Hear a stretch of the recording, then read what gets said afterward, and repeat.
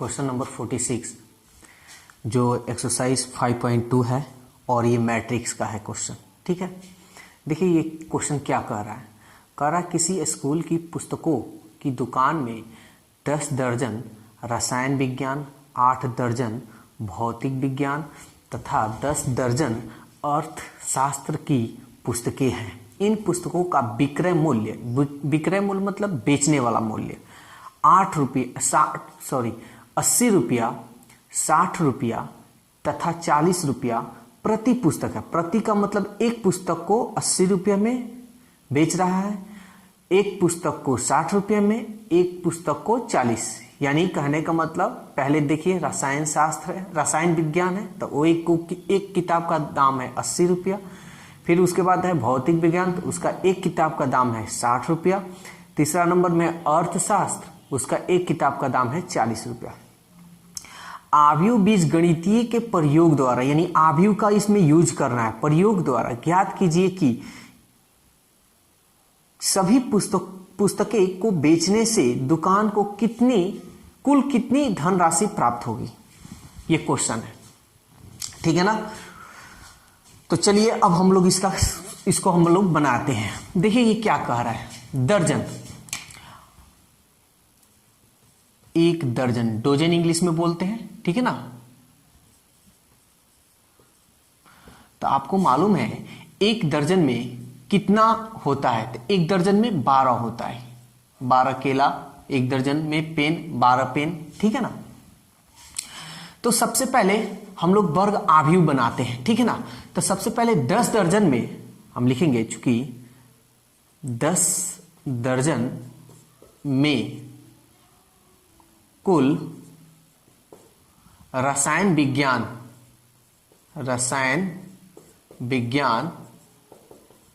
की किताबें, 10 दर्जन में रसायन विज्ञान की कुल किताबें कितनी होगी। तो हम क्या बताएं, एक दर्जन में कितना होता है 12, तो 10 दर्जन में कितना हो जाएगा, तो एक दर्जन में 12, तो 10 दर्जन में 10 गुणे 12, 120 किताबें, ठीक है, रसायन विज्ञान का। फिर क्या दे रहा है, 8 दर्जन, 8 दर्जन में कुल भौतिक विज्ञान की किताबें, 8 दर्जन, एक दर्जन में 12, 12 से गुना करेंगे, 12 अठे 96। फिर 10 दर्जन में कुल अर्थशास्त्र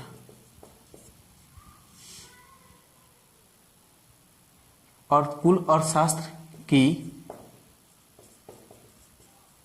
पुस्तकें, 10 दर्जन है, 12 से गुना कर देंगे, 12 दहिया 120, ठीक है ना। यानी हम कह सकते हैं कि रसायन विज्ञान की कुल किताबें 120 है, भौतिक विज्ञान की कुल किताबें 96 है और अर्थशास्त्र की कुल किताबें 120 है, ठीक है ना। अब हमको कुल धनराशि प्राप्त करना है। कुल धनराशि का मतलब यानी रसायन विज्ञान, भौतिक विज्ञान, अर्थशास्त्र को बेचने पर, ठीक है ना, इस सबको बेचने पर टोटल पैसा कितना आएगा, ये हमको ज्ञात करना है। तो अगर ये नहीं कहता कि वर्ग आव्यूह का प्रयोग मतलब आव्यूह का प्रयोग नहीं करना, ऐसे ही आपको बनाना है, तो आप क्या करते, 120 किताब है तो 80 को हम गुना कर देते, इसमें टोटल पैसा निकल जाता, 60 में इससे गुना करते, 40 से इसमें गुना करते, इस सब का पैसा निकल जाता, सबको जोड़ देते, आंसर आ जाता, ठीक है ना। वैसे बनाएंगे तो गलत हो जाएगा। हमको कुल धन राशि प्राप्त करना है, तो हम लिखेंगे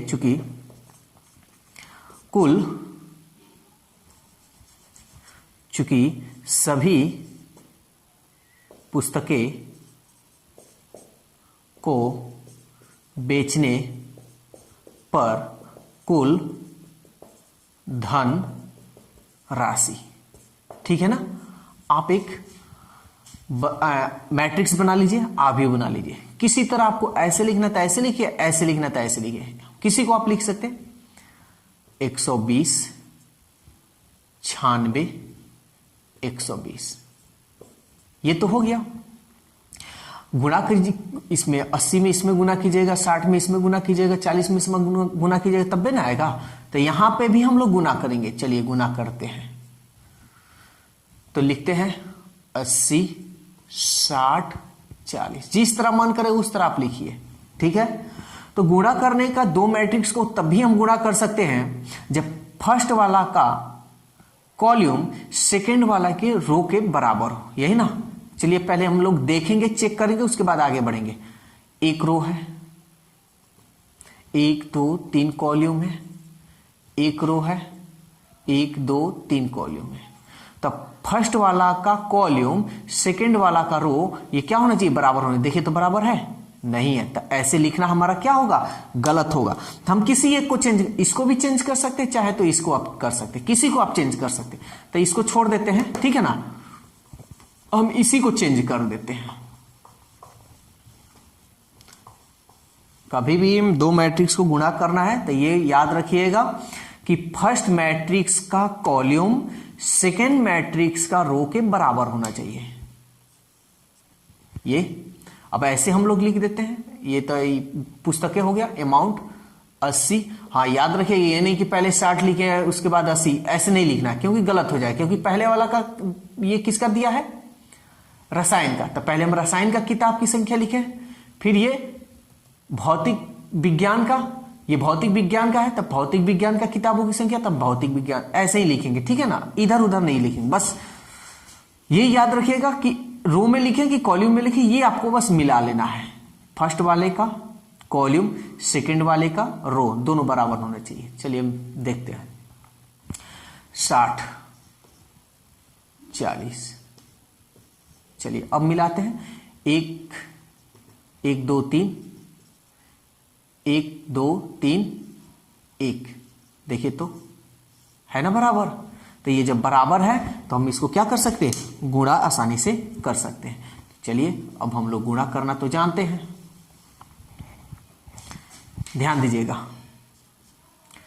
फर्स्ट रो से फर्स्ट कॉलम में, इसमें हम गुणा करते हैं। 12 8 96, 1 2 0 प्लस इससे इसमें गुना करेंगे, 6 के 36, 6 9 54, 54 में 3 जोड़ेंगे तो 54 और 3 57, 1 0 है तो 1 0।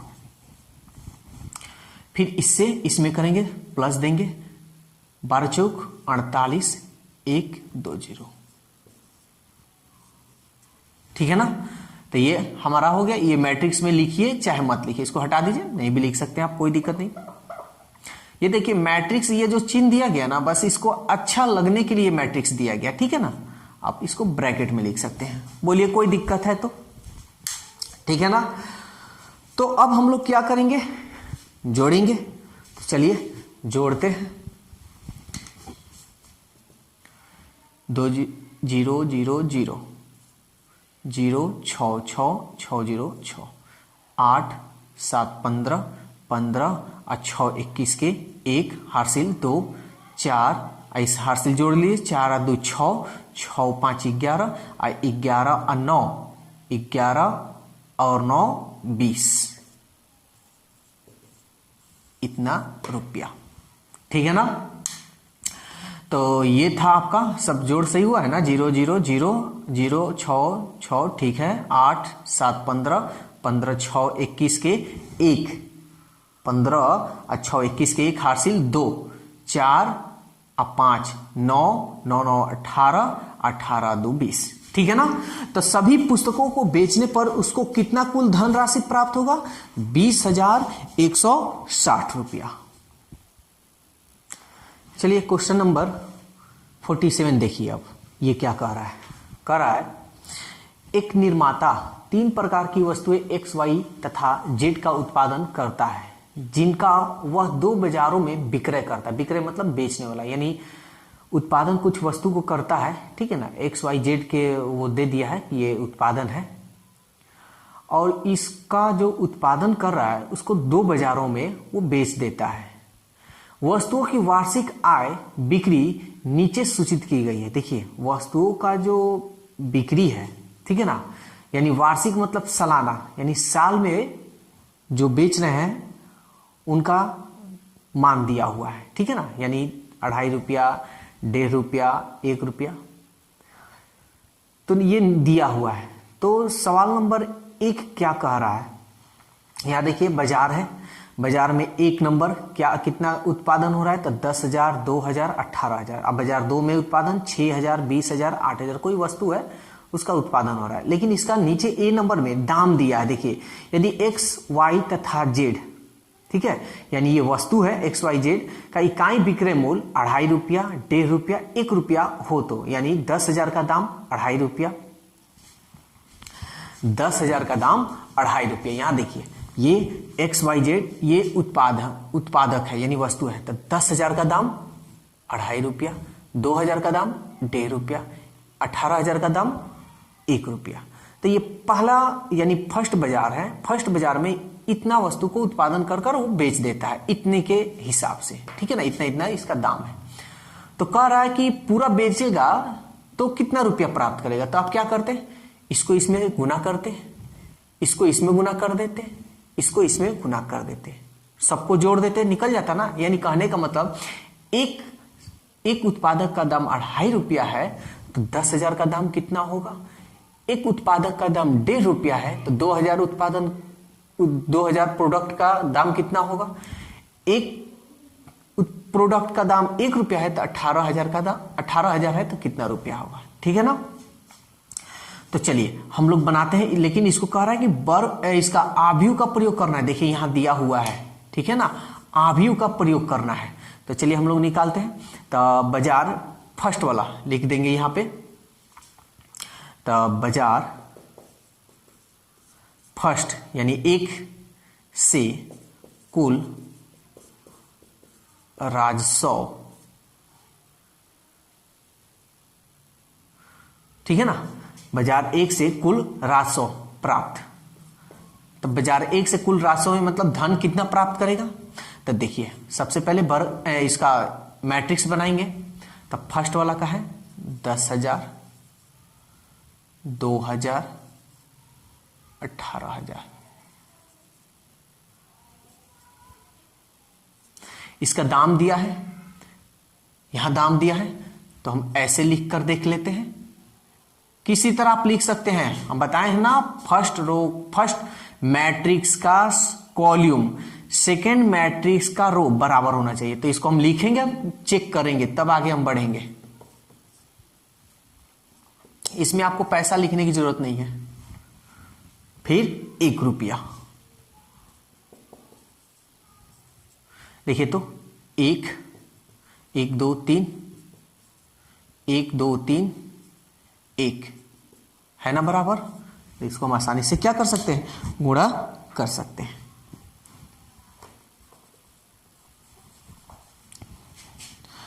तो चलिए हम लोग गुणा करते हैं। और गुणा कैसे किया जाता है ये तो आप लोग को बताए हैं कि फर्स्ट रो फर्स्ट कॉलम, ठीक है ना, फर्स्ट रो से फर्स्ट कॉलम में। चलिए यहां हम गुणा कर देते हैं।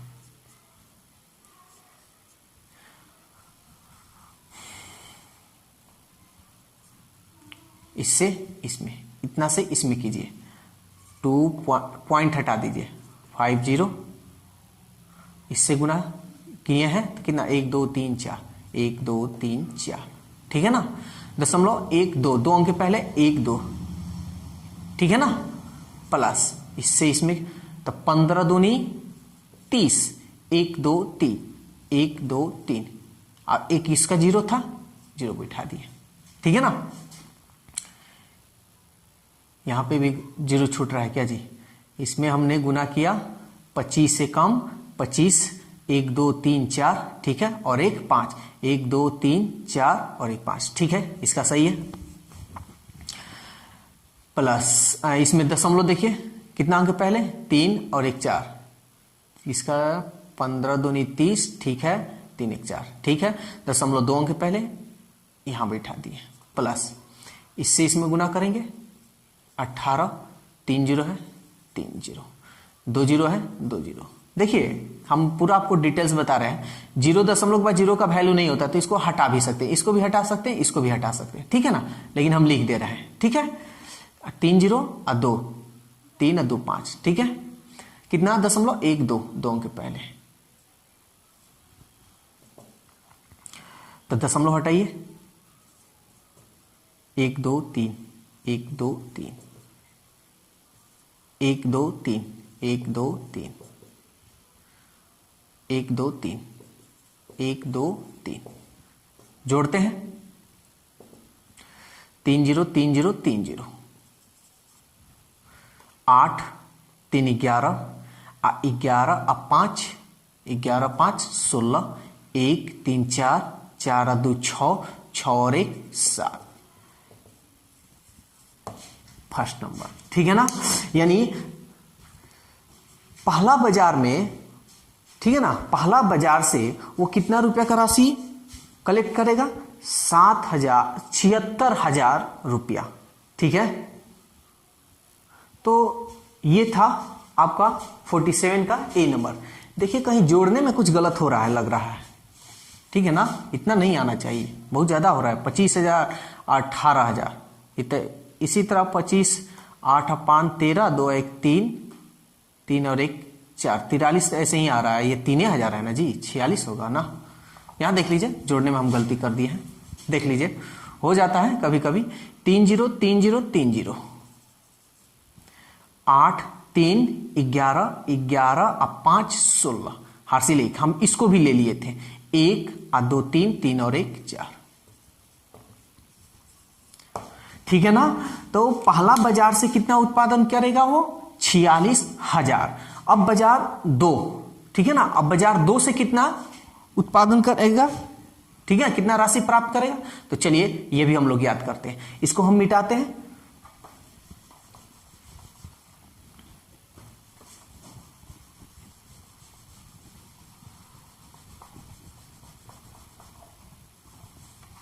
अब देखिए बाजार 2, तब यहां हम क्या लिखेंगे, 2 लिख देंगे, वैसे ही हम बनाएंगे। इसमें है 6,000, इसमें है 20,000, इसमें है 8,000 रुपया, यहां दिया है 2.50, 1.50 और ये 1 रुपीज। तो ए नंबर बाजार 1 में ऐसे हम बनाए थे। अब यहां देखिए आपको दूसरा भी तरीका बता दें, दोनों तरीका, आप जो तरीका आपको अच्छा लगे वो तरीका यूज कीजिए। दशमलव के बाद जीरो का वैल्यू नहीं होता है तो हटा दीजिए, या तो ये तो हट जाएगा, यहां दो जीरो है तो ये भी हटा देते हैं, ठीक है। अब हम लोग गुना कर लेंगे, नहीं हटाना हो तो आप इसके पहले बाजार 1 में कैसे गुना किए थे आप लोग देखे थे। 25 से इसमें कीजिए, 25 पचे 125 और 25 छक्के 150, 1 2 3, 1 2 3, ठीक है ना। दशमलव कितना अंक पहले, 1 अंक पहले, यहां बैठाइए, प्लस 15 दूनी 30, 1 2 3 4, 1 2 3 4, दशमलव 1 अंक पहले, प्लस इससे इसमें कीजिए 8,000। दशमलव के बाद जीरो का वैल्यू नहीं होता है तो हटा दीजिए, 15 पे 3 0 3, 1 2 3 4, 1 2 3 4 प्लस 8,000, जोड़ते हैं 3 0 3 0 3 0, 8 0 8, 8 5 13 के 3, हासिल 1, ठीक है ना, इसका तो 4 खत्म हो गया, 3 और 1 4, 4 में 1 जोड़िएगा तो 5, यानी बाजार 2 से कितना रुपया वो राशि प्राप्त करेगा, राशि मतलब पैसा कितना प्राप्त करेगा, 53,000 रुपया, ठीक है ना, 53,000 रुपया। चलिए अब क्वेश्चन नंबर 47 का बी भी देख लेते हैं, ठीक है ना। इसमें 2 क्वेश्चन था, देखिए जैसे आप ए बनाए हैं वैसे बी भी बनेगा। यहां कुल लाभ कह रहा है, लाभ का मतलब जो बेचेगा उसका लाभ है ना होगा जी। चलिए तो निकालते हैं। बाजार फर्स्ट यानी 1 से कुल लाभ, मैट्रिक्स बनाइए। पहले वाला 10,000, दूसरा वाला 2,000 एंड तीसरा वाला 18,000। अमाउंट कितना दिया है फर्स्ट वाला का 2 रुपया, सेकेंड वाला का 1 रुपया एंड थर्ड वाला का 50 पैसा।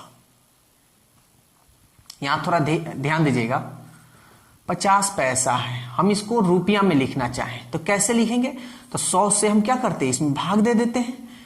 1 2 अंक के पहले जीरो बैठा, दशमलव बैठा देंगे, यानी इतना रुपया। तो इसको भी हम लिख सकते हैं ऐसे, ठीक है ना। इस पैसे को केवल हम रुपया में बदल दिए हैं।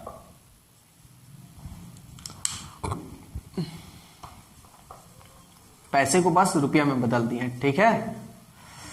अब देखिए क्या बताएं, दशमलव के बाद जीरो का वैल्यू नहीं होता, तो ऐसा करते हैं ये जीरो हटा देते हैं। दशमलव के बाद था, यहां भी है, इसको भी हटा देते हैं। दशमलव के बाद यहां पे भी है, इसको भी हटा देते हैं, ठीक है ना। गुना करने में आसान होगा। फर्स्ट पहले इसको मिला लीजिए, 1 1 2 3 1 2 3 1 है ना, रो कॉल्यूम रो बराबर है, तो हम गुना कर सकते हैं।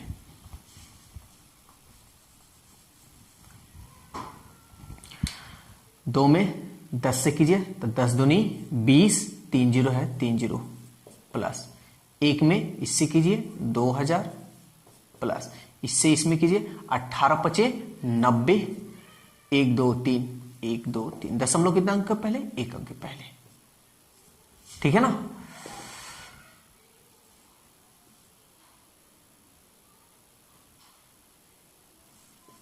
$20,000 plus 2,000 plus 9,000,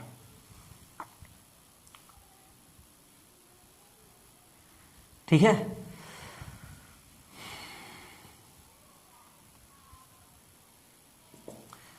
zero zero zero यानी 3 जीरो, 9 यहां लिख देते हैं जी, 3 जीरो है, 3 जीरो बिठा दिए, 9 2 11, 11 का 1 हासिल 1, 4 4 खत्म 4, तो 2 में 1 जोड़ेंगे 31,000 रुपया। तो ये बाजार 1 से, ठीक है ना, बाजार 1 का, तो बाजार यानी यहां बाजार 1 से कुल लाभ, ये कुल लाभ नहीं निकला है आपका, ठीक है ना। ये मत समझिए कि कुल लाभ होगा, हम यहां डायरेक्ट लिख दिए हैं, ठीक है ना। तो देखिए ये जो प्रोडक्ट है इतना रुपया के हिसाब से वो बेचता है, ठीक है ना। तो आप पहले वाले का जो आंसर आया था कितना आया था, पहले बाजार में वो बेच रहा है तो 46,000 रुपया में बेच रहा था ना, 46,000 रुपया में वो बेच रहा था,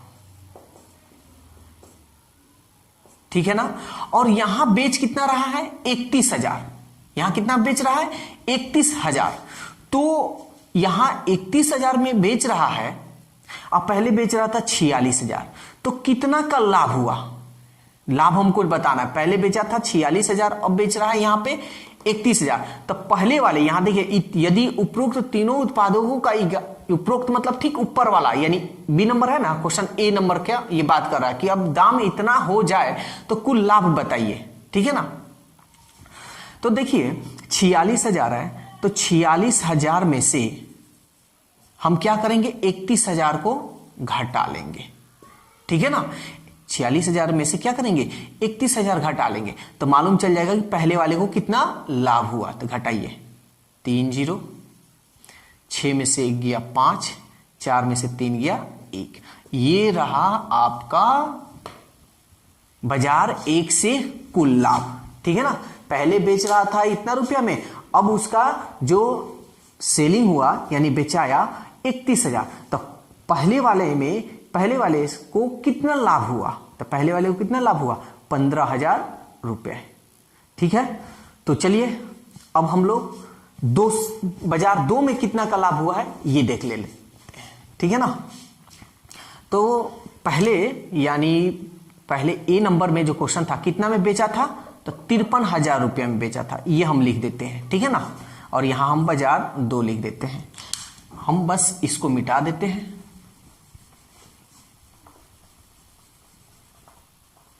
चलिए सबको मिटा देते हैं।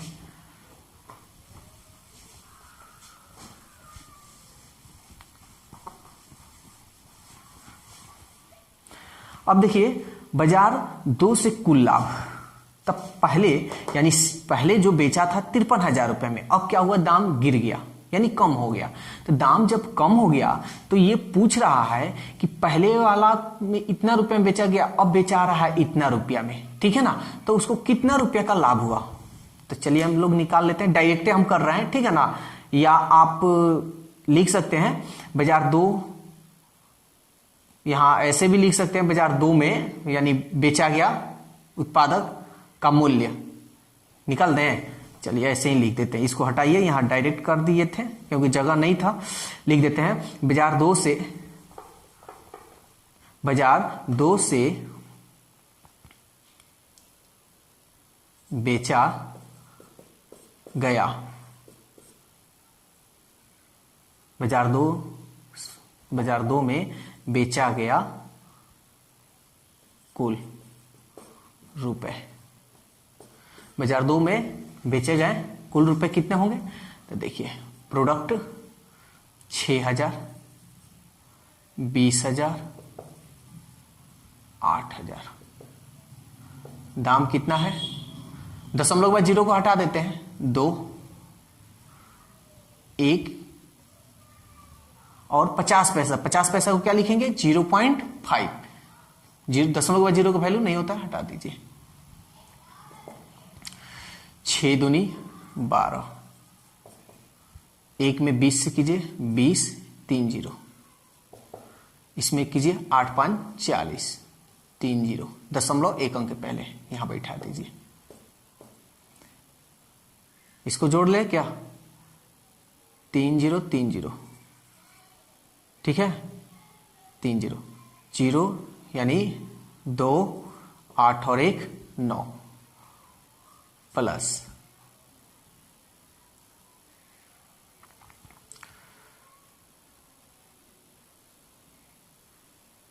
सॉरी 2 है ना जी, 2 है, 3 0 2 और 2 और 1 3 और ये 4,000 जोड़ते हैं इसको, 3 0 4 और 2 6 3 36,000 रुपया। ठीक है ना, बाजार 2 में बेचा गया कुल कितना रुपया में बेचा गया है जी प्रोडक्ट को, 36,000 रुपया में। ठीक है ना, और बाजार 2 में कुल आय यानी कुल हमको इनकम कितना हुआ था, तो बाजार 2 में कुल इनकम जो हुआ था 53,000 रुपया हुआ था, यही ना, 53,000 रुपया हुआ था कुल आय यानी इनकम हुआ था, और बेचा रहा है इतना रुपया में, तो लाभ क्या होगा, इसलिए बाजार 2 में कुल लाभ, तो क्या करेंगे, इनकम हुआ था 53,000 यानी इनकम 53,000 रुपया में बेचे थे, अब वो माल को इतना रुपया में बेच दिया, तो पहले वाले की अपेक्षा कितना लाभ हुआ ये हमको ज्ञात करना है। 3 0 13 में से 6 गया 7, 4 में से 3 गया 1, यानी कुल लाभ हमको कितना होगा, 17,000 रुपया। ये मत समझिएगा कि बेच रहा है इतना तब तो लॉस हो रहा है ना, नहीं, ये कह रहा है पहले वाले की अपेक्षा कितना का उसको लाभ होगा। ठीक है, यानी पहले वाले का अपेक्षा कितना लाभ हुआ, यानी पहले तो बेच रहा है इतना रुपया में, अब बेच रहा है इतना, तब उसके पास कितना रुपया पैसा बच जाएगा, इतना रुपया पैसा बच जाएगा, यानी 17,000। ठीक है ना, तो 47 का ए और बी ये क्वेश्चन था, और ये एक्सरसाइज 5.2 का क्वेश्चन था। ये मैट्रिक्स है जिसको हम लोग हिंदी में आव्यूह बोलते हैं, और मैट्रिक्स का ये लास्ट क्वेश्चन था। ठीक है ना, तो मेरे ख्याल से आप सभी को अच्छी तरह समझ में आ रहा होगा। अगर वीडियो अगर अच्छा लग रहा है तो लाइक कीजिए, सब्सक्राइब करिए, और सब्सक्राइब करने के बावजूद भी आप अपने मित्रों को शेयर जरूर कीजिए इस वीडियो को।